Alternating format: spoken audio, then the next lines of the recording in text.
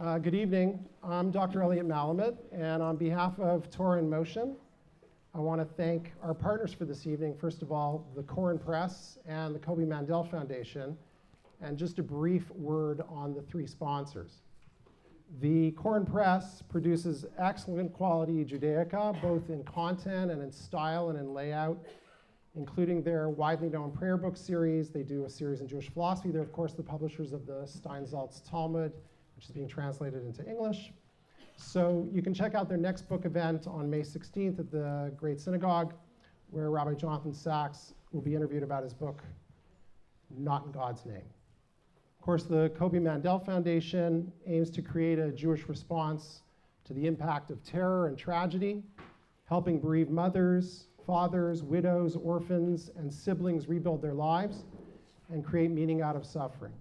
The crown jewel of Camp Koby, which helps children who have suffered traumatic losses from terror and violence. And as you all know, today is the 15th English anniversary of the killing of Koby Mandell, Alav HaShalom, and Yosef Ishran, Alav HaShalom, on May 8, 2001 in Tekoa. And in the wake of that tragedy, Sherri and Seth Mandell founded the Koby Mandell Foundation. In addition, Sherri's published 2 books, both of which are on sale here tonight, including her latest work, The Road to Resilience. Those were not here a little while ago for the book signing. I believe we sold out. Okay, I believe that we are sold out. But not to worry, of course, you can go online at any time or make a list. We'll make a list. We'll make a list, okay. Lastly, we at Torah in Motion are proud to be involved with this event. Torah in Motion was founded in 2002 by myself and Rabbi J. and Mrs. Ilana Kelman. Our goal is to discuss with honesty and sophistication the key issues facing the Jewish world in modernity. I commend you to review our literature in the lobby about all of our summer trips and sign up on our email list. In addition, you can go to torahinmotion.org and check out well over 1,000 MP3s, videos cataloging our conferences, panel discussions, and interviews, our learning opportunities to explore Judaism and faith in the modern world. At this time, it's my privilege to introduce Ms. Rachel Sprecher-Frankel, who's the Dean of Students at Nishmat and the Director of Matan's Hilchata Institute. As you all know, Racheli is the mother of Naftali, Alav HaShalom, who along with Gilad Shire, Alav HaShalom, and Ayel Yifrach, Alav HaShalom, was murdered in June 2014. We've asked Mrs. Frankel to say a few words of introduction. Shalom, Chodesh Tov. I was told to give a 3-minute introduction, so I don't know how exactly to do that. I'm not sure it will be 3 minutes or actually introduce, but I'll try. During the first period after we lost Naftali, there were times where there'd be waves of pain, and I'd tell myself, okay, Racheli, now just concentrate on breathing. And I felt like one of those labor coaches that tells you, you breathe, it will subside, and it worked.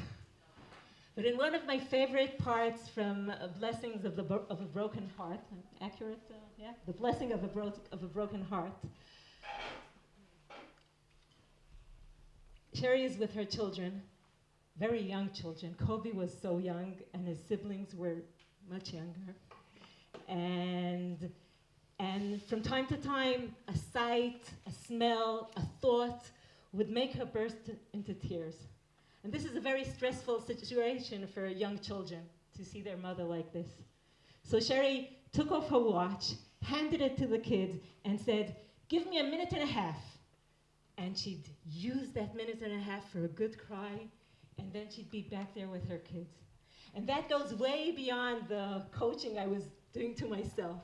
That's from the very, very beginning, giving the people around her the tools to cope. It's telling your children, your mother's not tough. She's much more than that. She's vulnerable. She's in pain. And yet you can deal with it. You're holding the watch. In a minute and a half, you'll get her back.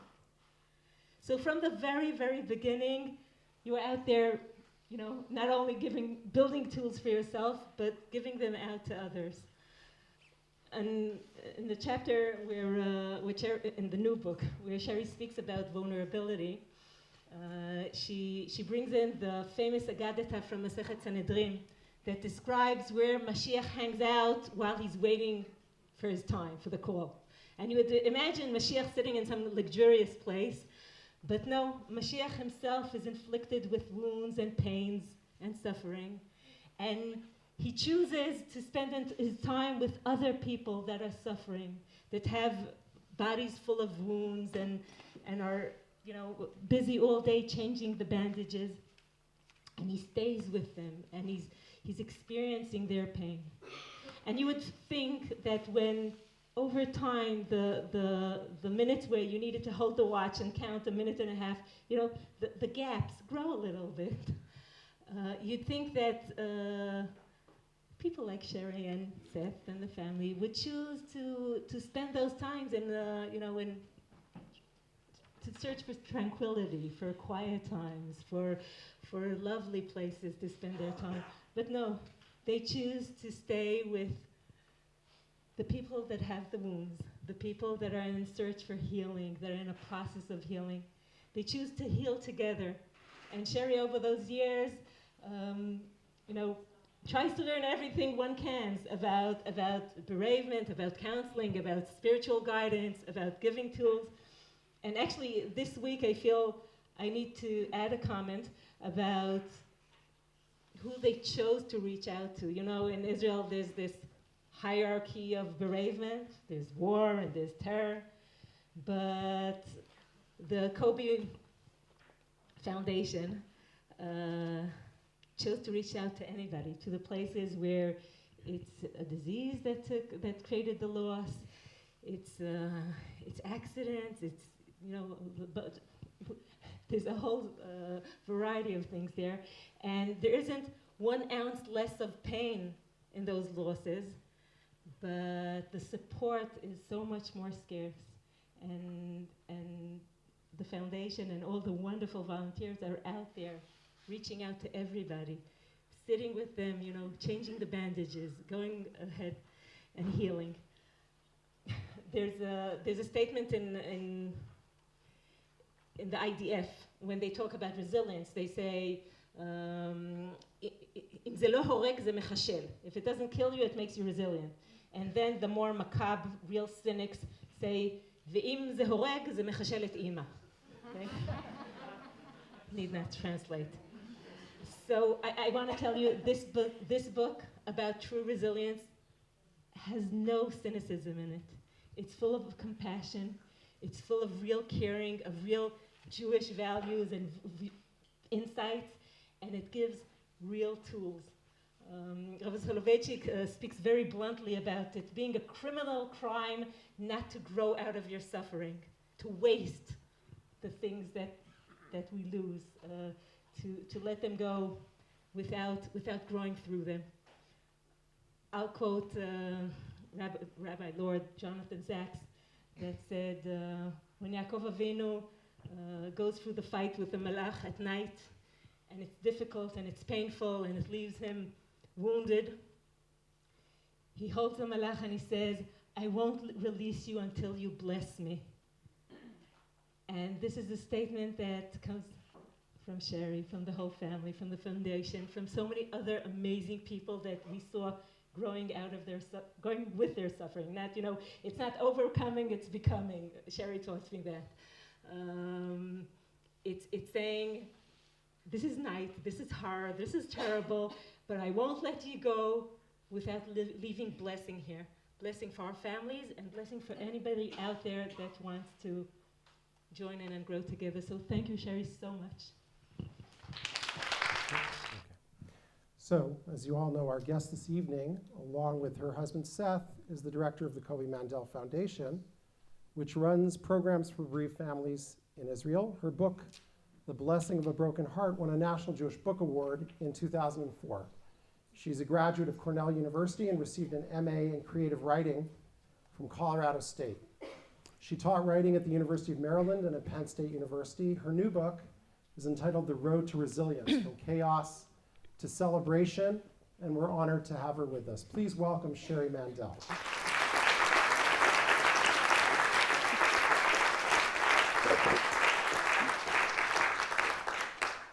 So, Thank you. Thank yeah. you. Wait, is this working? Did you hear me? Yes. Thank you. Let's start by talking a little bit about the huge change in your life of moving to Israel in the late 90s. How did that come about? Like, what was the plan when you got married? What was their plan? We were not very good with plans. Wait. No, yeah. We weren't good with, first of all, Racheli, thank you. That was amazing. We were not very good with plans. And we met here. Oh yeah, we met here in like 1983, Seth and I. Seth is over there. Thank you, Seth.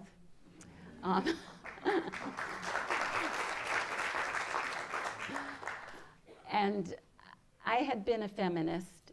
I had a master's in creative writing, and I worked on a feminist art project called the Dinner Party Project in San Francisco. No, I'm sorry, in LA. Anyway, after that, I came to Israel, and I met my husband, and he was religious. And all of a sudden, I started studying. And a few months, like 6 months later, he asked me to get married. And well, at first he sent me to yeshiva, like he sent me to the nunnery. And I was really in Kita Aleph, but they moved me to, it was called Shalhevet. It was like the most advanced, even though I didn't speak any Hebrew, because I think they just wanted to keep me engaged. Anyway, my mother, because I couldn't figure out what they were talking about. I had no idea. Finally, so we got engaged. We set up the wedding here. And my mother came for the wedding, and she got off the plane, and I ran up to her, and I hugged her, and she looked at me, and she said, "You can still get out of this."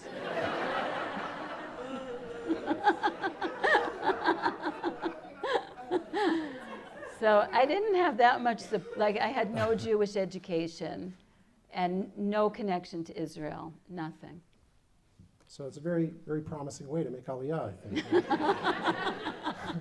So Aliyah obviously is a huge adjustment for you, but it's clearly must have been an enormous adjustment for your children, right? So, and I'm thinking that since Koby was the oldest, so moving as often impacts the oldest the most because they're sort of awake and know what's going on. And what was it like for him initially? Like, what was the move like?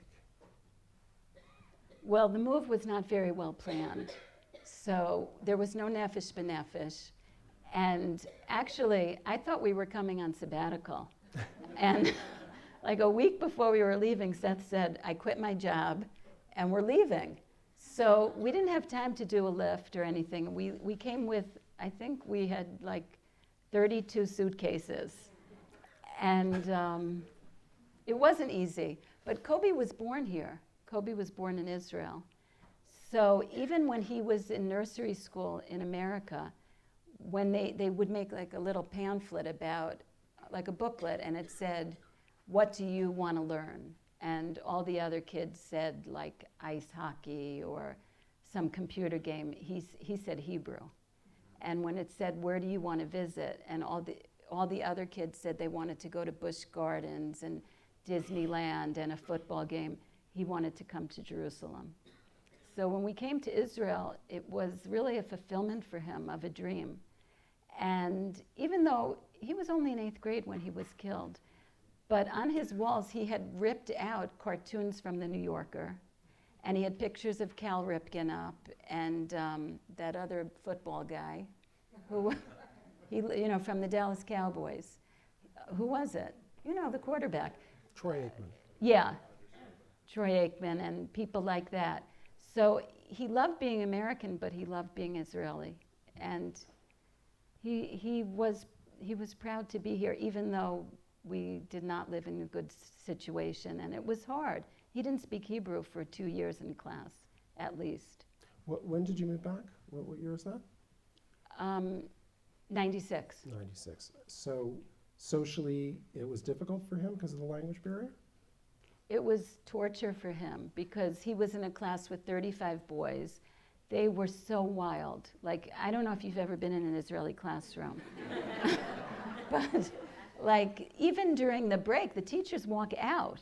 And the kids just go wild. That's already good. Some of them walk out during the class time. That's true. That's true. So meeting Yosef is actually very impacting for him. It's very important for him as a really meaningful friendship. Yeah, we were in Tekoa, I think, like 3 years when he met Yosef. And Yosef was Israeli, and Yosef, they only spoke Hebrew. And they were in 8th grade, and we felt like, wow, we made it. Like, these 5 years were hell, but now at least Koby, he's happy, he has friends, he speaks Hebrew, and everything's going to be good. Right, and you describe, I'm curious, right? So on May 8th, 2001, Koby and Yosef, they skipped school, they cut school. Yeah, well, Yeah. they didn't tell me. They didn't tell but, you. Right, so they didn't go to play school. hooky. And had you done that before? Well, I don't know if he cut school, but I know that he had been in school in Efrat and that he had left school. And the teachers told us, and we had a meeting with him and with a friend and told them that they can't leave. They have to stay in school. So he knew that he had to stay in school, and he knew that he shouldn't cut school, and he knew that he shouldn't go down to the wadi. And were you angry at him afterwards? Was there anger, like, why did you do that? I don't think I was angry at him because I'm too sad really to be angry. Right. And also, I get it. I understand it. He's a little kid. Well, he wasn't so little. To me, he was always old. And he always knew everything. At least he convinced me of that. And I just thought that, I understood it was fun there. And all the other kids went down there. And nothing had ever happened down there. And he had no reason to believe that something would happen other than what we told him. Right. In The Blessing of a Broken Heart, there's a description of the process by which Sherri and Seth found out about what happened. And it takes a couple of pages. And what's very striking about it is the movement from non-belief, almost a kind of denial, to acceptance. There's no choice but to accept it. And all the way through, you're thinking that it's not going to be what the worst possible conclusion is, right? You write, Koby has never done anything like this before. No matter what, he doesn't worry me. Because if there's one thing I'm sure of, it's his love. He would worry me a little, but not like this. And the other mothers sit in my house reassuring me. He's the oldest. This is your initiation. They do foolish things. They worry us. And they tell you stories about that. 4 o'clock in the afternoon moves to 6 o'clock, moves to 8:30 in the evening, moves to midnight, and moves to all night. And eventually, your friend Shira walks in and tells you. She's in the audience. There she is. Are you? Yeah, raise your hand. Thank you. I feel like I know you, sort of. And says, no, he's been killed. At that moment, is it real, or you're still going through a process of moving from non-belief to belief? No, there's no process there. That's just death. That's like, I'm dead, he's dead, the world is dead, everything is over, and the world should just swallow up everything and everybody because this is beyond. This is too much. So it's overwhelming. It's almost like there's too much happening psychically. When you describe the sequence after you hear through the funeral, I've told you this before, that I'm very struck. One of the things you have to understand is that Sherri is a very gifted writer. People think that they read books about bereavement and the power comes just from the loss. But the truth is that you can write awkwardly and clumsily about loss, and you can write beautifully about loss. So there's a power in the work, and one of the things that struck me that we talked about is that if you see a play like Samuel Beckett's Waiting for Godot, in Waiting for Godot, the play is about 2 tramps who stand around at the side of the road and make up games and conversations to pass the time. And they're always threatening to move, but they always stay where they are. They're stuck. And the play's favorite refrain is when one of them says to the other, let's go, and nobody moves. In Blessing of Broken Heart and the Road to Resilience, it's the exact reverse. The reader finds that you go on even when you're sure you cannot. And in the new book, there's this wonderful little vignette that I want to read to you. That seems like a very small detail, but it's huge. Sherri writes, the day that we found out my son was murdered, I don't like to think about that day, but I do know in the afternoon I picked out the beret I would wear to the funeral. I'd been lying in bed crying. I felt paralyzed and that I wanted to die. I didn't know how we would live. I felt that the entire world had been destroyed, shattered. Yet I remember choosing the color of the hat I would wear. I remember thinking to myself how disgusting I was to care, that I was so vain and ridiculous, yet at the same time I had an intuition that caring might save me. Choosing the color of the hat showed me that not all of my desire had been extinguished. Despite how shattered I felt, I was still alive. And that, I think, is also a theme that you're exploring in the first book, right? This odd thing where you feel like you can't go on and you do go on. Where do you think those resources were? I mean, obviously you allude to the idea that you have other children, and that's a motivating factor. How do you think that happened? That impulse, that force? I just think there's a life force. There's just an overwhelming life force in the world that pushes you on, even when you feel that you can't go on. And at that moment, I just felt like it was the bottom of everything I had ever imagined, but still, I had this flash when I was in my closet that this meant that I was going to live, because I really didn't think I would live. Like, I really didn't want to live, and I didn't know how I would live.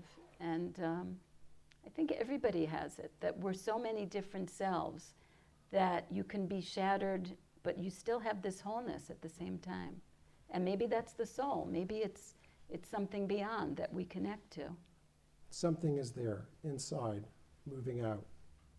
I think there's just different levels and layers, and that, you know, Racheli talked about the breathing, that maybe when you do the breathing also you're connecting to something beyond your personality and beyond your individuality. And that life force just calls you, and maybe it's Hashem, maybe it's God, but it's some kind of eternity that's with us.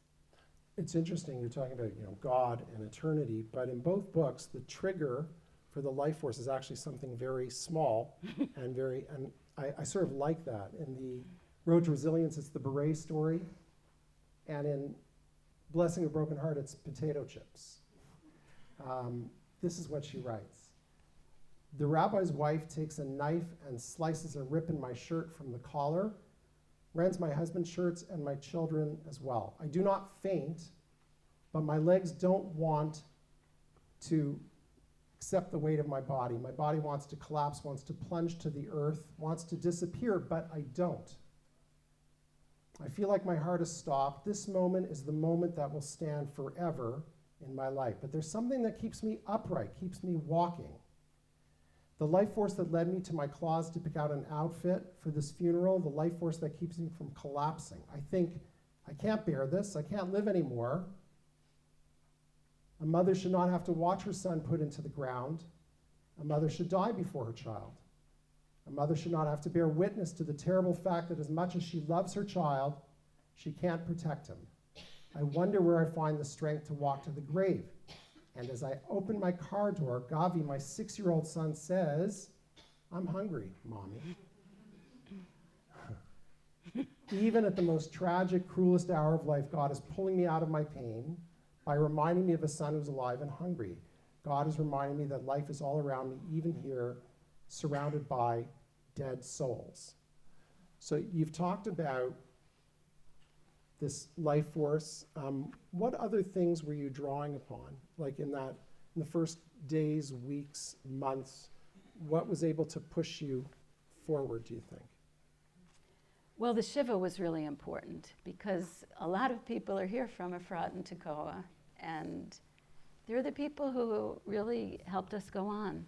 And people came to us and they they just stayed with us from morning until night. And somebody left flowers on my bed, on my pillow, the very first night after the funeral. And I think also my kids and my husband, Seth, where are you? I'm talking about you. You left. He left. But I'm sure he's coming back. But I mentioned you. That You're not allowed to leave the room. I'm just trying to tell you. I think also the Shiva was, I think we described it was like a river that we were rafting. And everybody came in and they were like the water keeping the raft up. So from morning until night, we were busy with people who I felt loved us. And I just felt all this love. It was almost like it didn't matter what people said to me because I could feel them. I could sense them. I was like beyond language. And so people said to me, I could never understand what you're feeling. And then some people said, I totally understand what you're feeling. And some of them, I didn't like it when they said it, and some I did like, but it had nothing to do with the words. It was all like I was like an animal, sort of. Like I just sensed people and how they felt and how close they could get to me and to us and how much fear they had, because there's so much fear. There's so much fear. And I was so afraid that this would kill me, really, and that it would kill the family. I'm interested in what you're saying about it being the tone, the feeling, rather than the words, because in Road to Resilience, you point out some pretty awkward encounters that you have with people who say stuff to you. There's a doctor meets you at a ceremony celebrating a girl's birth and tells you with regard actually to the killing of the 3 boys in 2014, quote, at least those boys were killed in that car right away. They didn't suffer. You know, I think your son suffered more. Yeah, somebody really said that. And you replied to him, do you think telling me that helps me?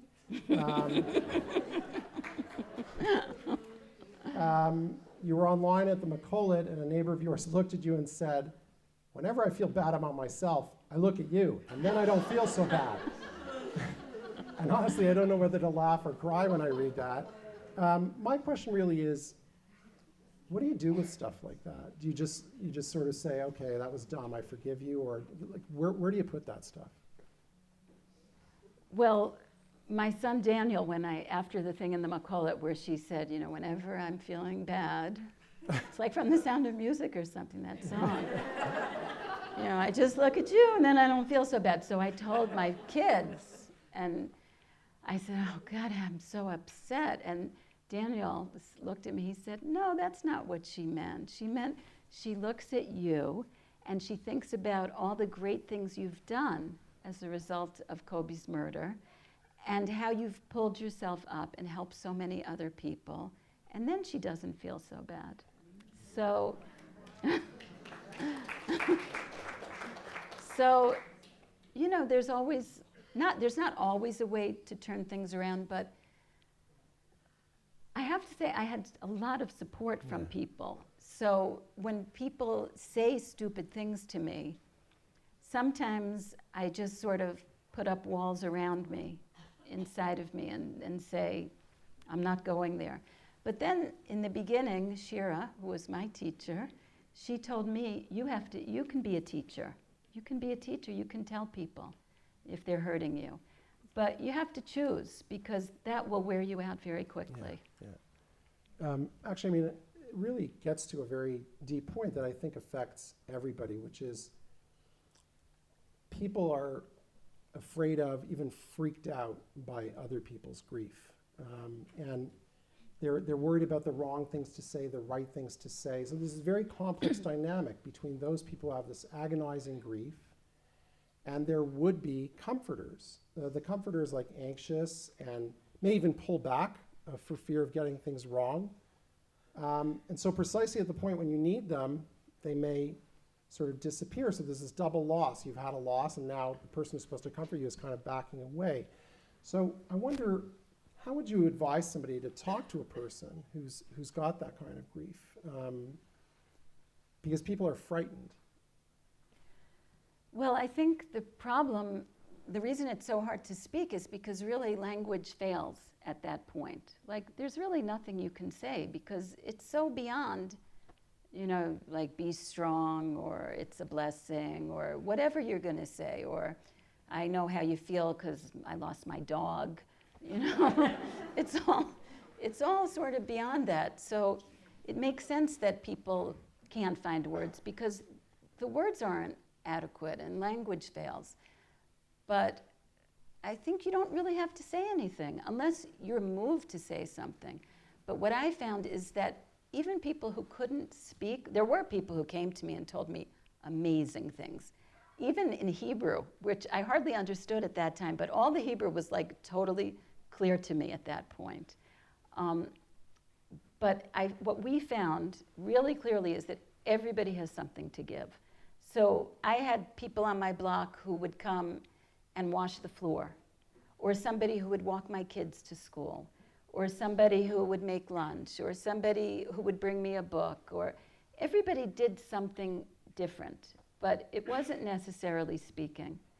And, really it's the time to listen. And most people it's very hard for most people to do that. So instead of thinking about what to say, it's really to allow yourself to be present without speaking. You've told me, an Israeli told you that, quote, "You're just another Israeli brick in the wall." What do you think they meant by that? Well, it was actually, I was trying to get a memorial, I think it's called a blaze in the Wadi. I was trying to get a blaze so that people will go down to the cave where Koby was killed. And I asked the guy from the Shmurat HaTeva, from the Nature Society, I said to him, well, he didn't want to make any kind of memorial there. And I said to him, you know what? Let's suppose, God forbid, it was your child who was murdered, and he was murdered right in this cave. What do you think you would want? Would you want a memorial here? And then he said no, he wouldn't want a memorial because he sees how they're ruined and defaced, and so it's not worth it to try to make a memorial. So, what was the question? I'm going with him. The brick. Oh, so then he's like, no, we're not going to build anything there. It's not worth it. It'll just get ruined. And then I looked at him. I said, you do not understand.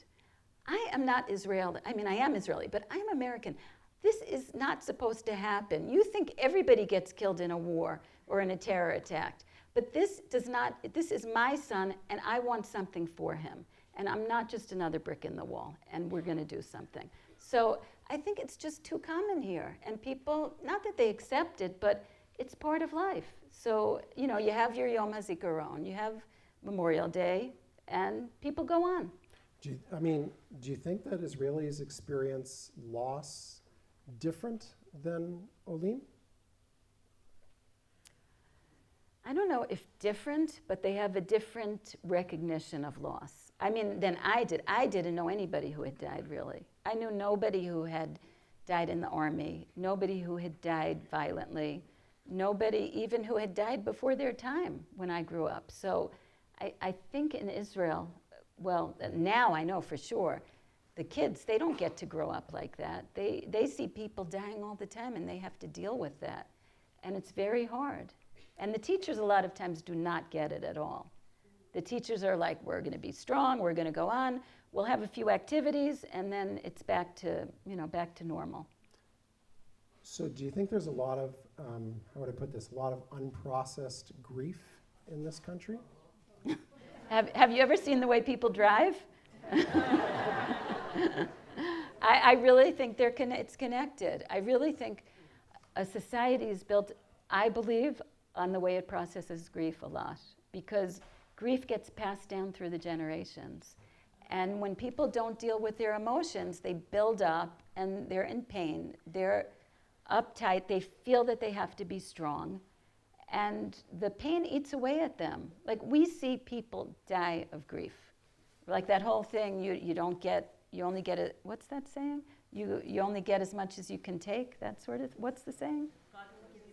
Oh, God doesn't give you anything you can't handle. That is so not correct. We see people die from grief. Right.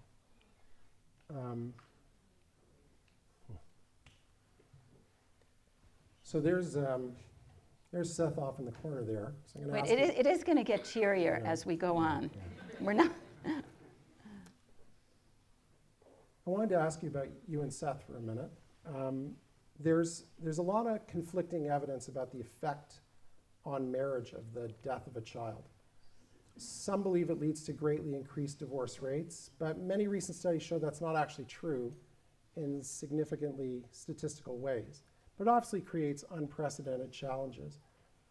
In The Blessing of a Broken Heart, you write about the night following Koby's funeral when you and Seth are both awake at 4 in the morning. And this is what Sherri writes. My husband and I have become one body, one soul, joined together in our pain, alone with our pain together. My husband and I stand together in a kind of tenderness that we haven't felt for years, perhaps never. We are fully present for each other.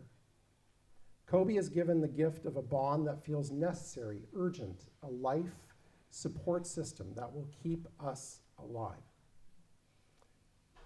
How did you and your husband find emotional energy for each other given the grief process? Well, we really needed each other. We were the only people who understood each other. And I don't know why, we were really good with it. Like, we're definitely not so good all the time. Anybody who knows us knows that. But with this, somehow we shared it. We still share the pain. And it's also, but you know what? Like, he left 5 weeks after Koby was killed. He went to America to speak. And what happened was, the community, they said, you can't be alone. And so they sent Aviva Sutnick to live with me. So, no, she was great. So it was like I wouldn't resent, I didn't have the chance to resent him being away because other people came and helped me. And I think what happens is sometimes people, men and women, process grief differently. Because, for example, I didn't want to really do anything for many months. And he was already active. But because other people came in to help, then I needed him, but I could let him go. And when he was there, it was like, I felt like I could let go of the pain a little bit because he would carry it. And one day, actually, in Jerusalem, we bought weights. And we didn't have a car. We were walking around with the weights, for exercise. And we had the weights in a backpack. And so we would go into stores, but one of us would stay outside with the weights because it was crazy to walk around like shopping with the weights. And I realized that grief, carrying the grief was like that weight. Like, one of us could hold it and let the other person, give the other person some relief for a little bit. But basically, it's just something we share, and I think we just have the same sense of loss. I'm fascinated by something you write almost like offhandedly in the new book. I see it as a kind of sobering corrective through this growth through pain school that everybody loves to talk about. You write, of course, we want only good things in our lives, and we don't want to grow as a result of anguish. The whole notion can seem cruel, almost sadistic. I would prefer to be a more relaxed, superficial person with my son alive than to be imbued with a profound sense of mission. I really like that. And it really opens up a thought, which is, what did you think your life would be? Well, first of all, just moving to Israel and becoming religious was plenty. Like, I don't think I had to start leading groups of Israeli bereaved mothers. That was definitely not on my to-do list. So I was writing articles. In fact, like a few weeks before Koby was killed, I wrote really cute articles for the Jerusalem Post, and I wrote for WholeFamily.com, and funny articles. I had a column under Sherri's hat, you can tell. And my sister said, "Oh, Sherri, my sister lives in Manhattan. She said, "You're like the Irma Bombeck of the West Bank." Like, I was like, wow, that's what I want to do. That's what I want to be. And I thought to myself, I was writing articles for the Jerusalem Post, and I thought, like a week before, I thought, you know what, this is good. This is enough. I'm happy with this. That's me.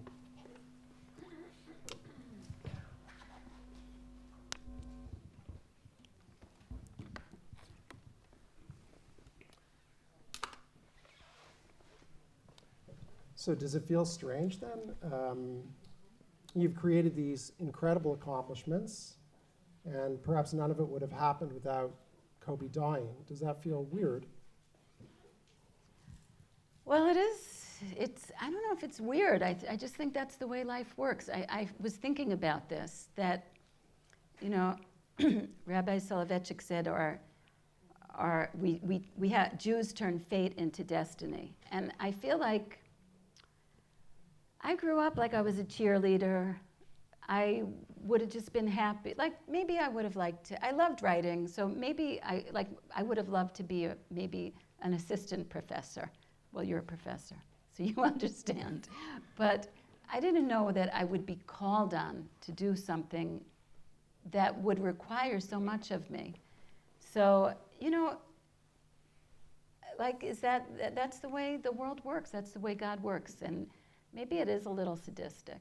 Like, there is something a little like, you're going to have to go through this great suffering, and then something big is going to happen.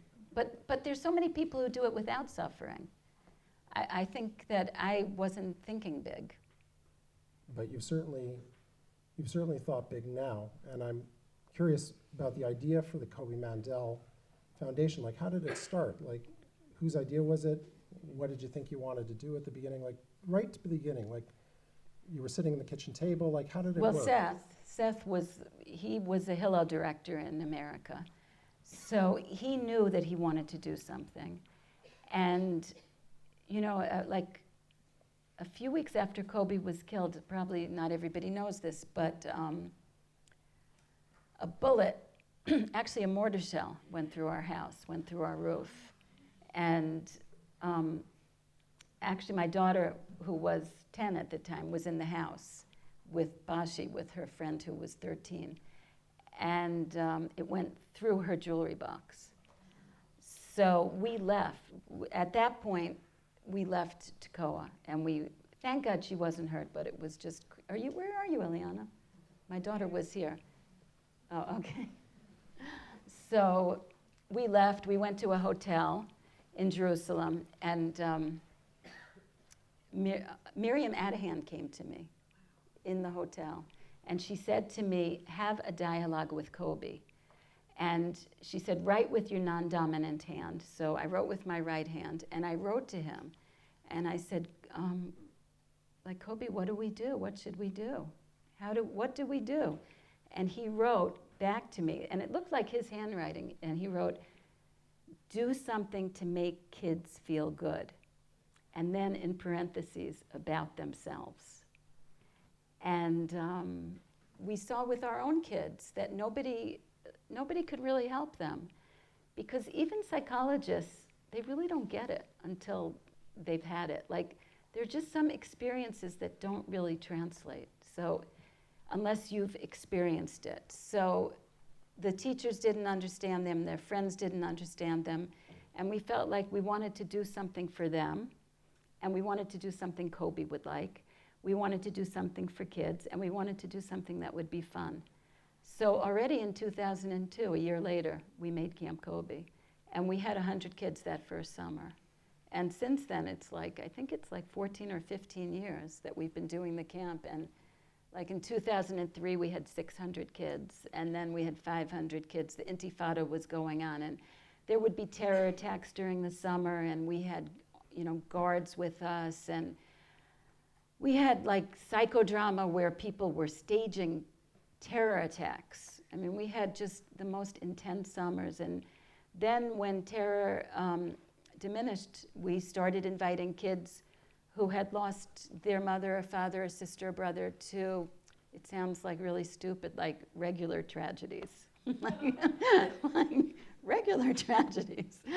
So who really needed it, really needed the help. And now we have kids, we have everybody, every bereaved, all kinds of bereaved children come to the camp. And we do the camp also, like we just had it before Pesach, and we do it during the Chagim. We had one during Hanukkah, because during the holidays, it's really hard for families like ours, because all the other families are together, they're having a great time, and we just feel the hole. And these kids really feel the hole in their family. They feel the empty chair. And lots of times they also really want to be away from the surviving parent. They just want a break from the family because the family is so intense. You said that people don't get it, right? People don't really understand until they've been in that situation. Tell me something that you think people don't understand sufficiently about what it means to be a victim of terror. Well, I think it's the foreverness. That's one thing, the forever. I don't think that's a word, but I like it. The foreverness, it's just forever and ever and ever. It's like, it's never going to go away. So that's just something you live with every day. And then the evil. With terror, you really have that evil. And usually, well, in Israel, not so much. But lots of times, it's like we can kind of pretend that evil doesn't exist, just like we can pretend that death doesn't exist. But we, terror victims, we don't get to pretend that death doesn't exist, and we don't get to pretend that evil doesn't exist. And sometimes we really don't have the strength to fight it. So, for example, at first we're just too sad. We're too sad to fight the evil. But then after a while, you start wanting to fight the evil. So I think those two things, but there's probably more things that distinguish us. So in your head, you're thinking about evil. Like, what's your psychic relationship to Koby's killers? And have your feelings about this changed? Because in The Blessing of a Broken Heart, you write the following. To me, the murderers are brainwashed agents of evil, lacking humanity, lacking any basis of decency or compassion. Their lives are their own curse. I would like the killers to be caught. I wouldn't mind if the state killed them. But to me, people with that capacity for hate and cruelty are already dead. But you told me privately that you didn't really want Koby's killers to be found. So I'm wondering what accounts for that change in stance from years ago. Well, in the beginning, first of all, I did think they would be found in the beginning because the army guys came to us during the Shiva and they said, you don't have to worry, we're going to find these bastards. Something like that in Hebrew. Anyway, and with the years, they haven't been found. And now I'm really happy that they haven't been found. Because, for example, some of the mothers we work with, like one mother, her baby Shaked was killed by a terrorist who was released. Another mother had to go to her son's killer's trial for a year and watch them. And then a few years later, they were released. The person from Subaru, the woman who drove the car to take the terrorist the bomber, she was released in a deal, and she now has a TV show of her own, I think in Jordan or somewhere. So there's so much pain that can come from finding the terrorist. And this is part of what the Israeli government does. You know, they're the ones that are releasing these prisoners. So it's almost like your own government is betraying you to such a degree that it's unthinkable and unlivable and unbearable. So You're saying, in effect, that in a way finding them, even prosecuting them, would ultimately be re-traumatizing if they were then let go. more than re-traumatizing, it would be another trauma. It would be so devastating. I really feel like I don't know if I could stay in this country.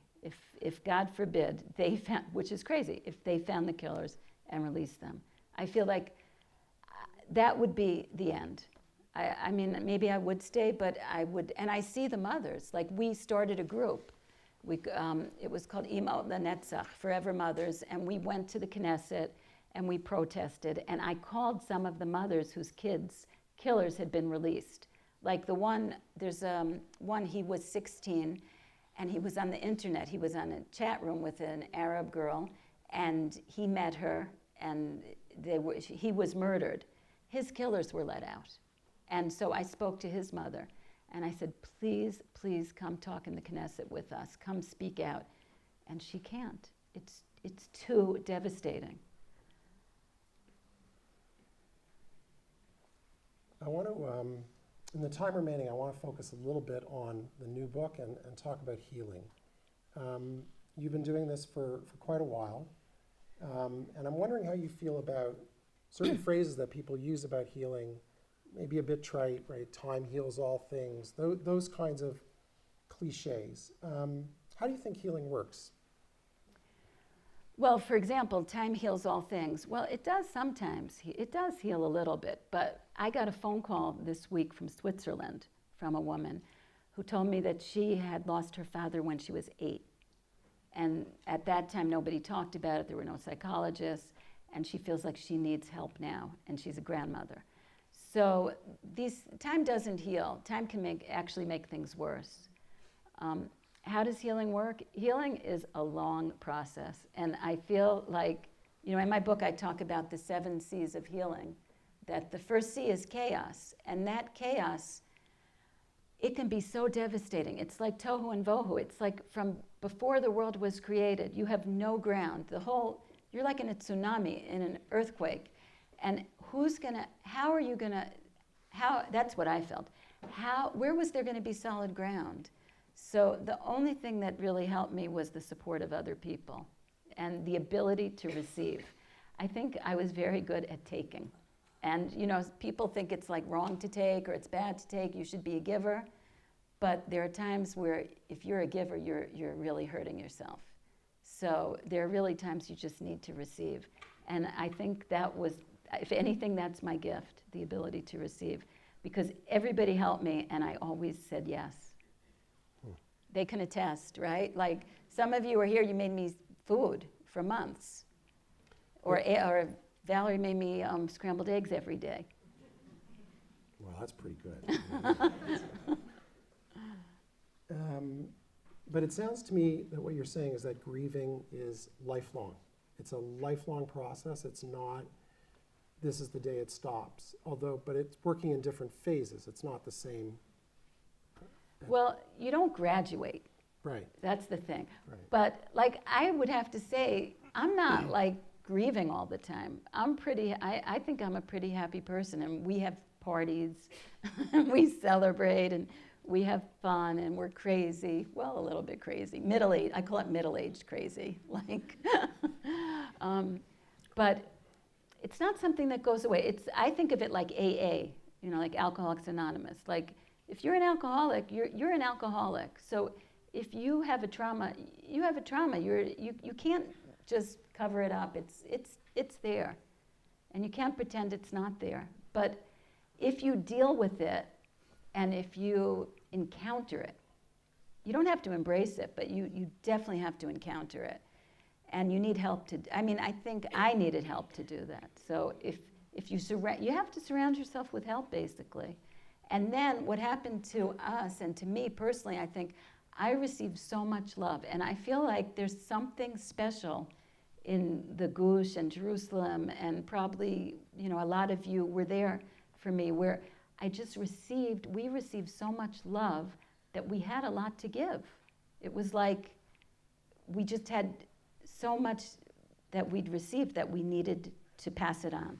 And that passing on, that giving, had to do with helping other people heal. I'm interested, you titled the book The Road to Resilience, not the road to healing, not the road to light, right? So the word was meaningful for you. What does it mean for you, that word, resilience? Okay, resilience, I think it's really an awful word, actually, resilience, because it's like a hard word, but resilience is really misunderstood. And people think resilience is being strong. but I think of it as the ability to be enlarged, that the suffering that comes to you, it's not like you have to be strong and deflect it. There's a way to receive it and then to become bigger in some way. And everybody has their own way of becoming bigger, but there's a need to I feel like the word grow from it is a little cliche, but really that's what happens. And in the book I talk about how, the Hasidic masters, I read some excerpt there, they said that the seed has to be buried in the ground and disintegrate in order to grow.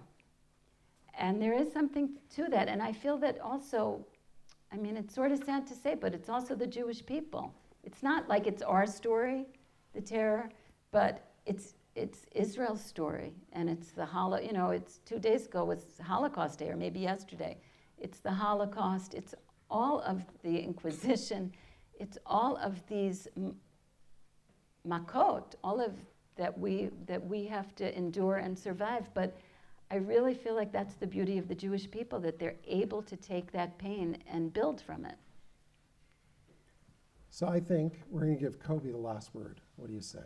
So this from Koby, I think is really cool. It's called What Makes a Good Parent. He writes, if I were my parents, I'd always stick up for my kid. Because if you don't, your kid begins to feel bad and thinks you don't care about him. And your kid always needs somebody to stick up for him. I'd also let my kid wear whatever he wants and make his own decisions, because kids need freedom as much as parents do, if not more. I'm not saying you can let your kid do whatever he wants, but don't confine him. Let him make his own decisions. I'd also let him keep his room however he wants. Let him pick his own friends. If you don't like one of his friends, tell him that. If he doesn't want to change his friends, tell him that he won't let the friend come in the house. But don't take him away from his friends, unless he's doing something really bad, like drugs. Let him do what he wants, work with what he wants, and how he wants to work. Let him take as much time as he can, but that doesn't mean he can wait a week if you need something done now, like bringing down the laundry or taking out the garbage. How do I think my mother is doing? My mother is doing okay. But I don't think she gives me enough allowance. And we don't have dinner together or a schedule of homework. But all in all, she's okay, though. And if she reads this article, maybe she'll do a little better. So, Sherri, I want to ask you, where's Koby now in your mind, right? It's been 15 years. Just visually, mentally, does he fade from view? Do you have a picture? I know you have pictures, but the picture in your brain, is it harder to remember him? Your auto-visual memory of him? I'm sure you have like videos and stuff and pictures. How does it seem for you mentally now? Well, I don't like to see his picture. And our family, like recently, we looked at videos for some stupid reason. We haven't looked at them. And I think we all looked for 2 minutes, and then we all went to bed and just said, we're never doing that again. He's gone. He's gone. He's not here. I don't know if he got older or he got younger but I feel him. I feel his power. I feel his intensity. I feel his humor, but I don't see him. Do you think about where he is now? Do you imagine him someplace? Well, this may sound kind of crazy, but I think that he went away, and I sort of think like he's in some spa up. Like he's in the jacuzzi and the sauna and the hot tub, and they're having a good time up there, and they don't really want to come back here.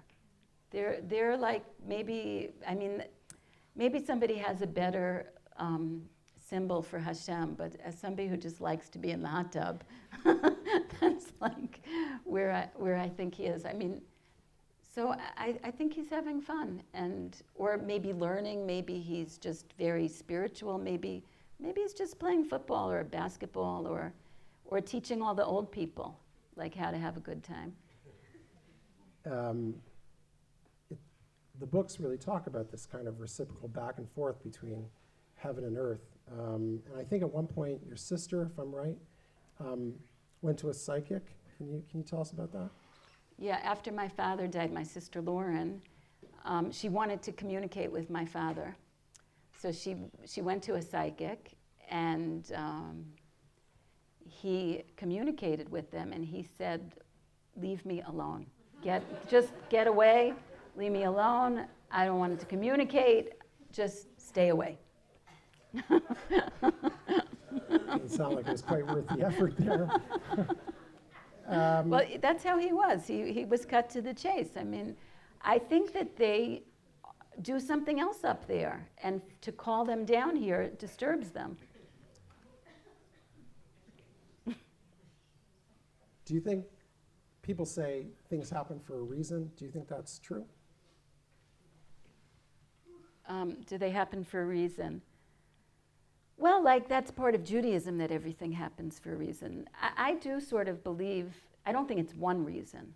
I think you have to make the reason. It's not like it happens for a reason. It happens, and then you find some meaning. But I don't know if it's a reason, because reason is sort of like you know what caused it or why it happened. And I think that's what we'll never know, and that we're not able to know on this earth. But that to create meaning from everything that's given to you is a kind of gift. Well, you've certainly given us a great gift and great blessings from the work of the foundation and the writing in your books, the spirit in your heart. And on behalf of all of us, I want to thank you very, very much for being here.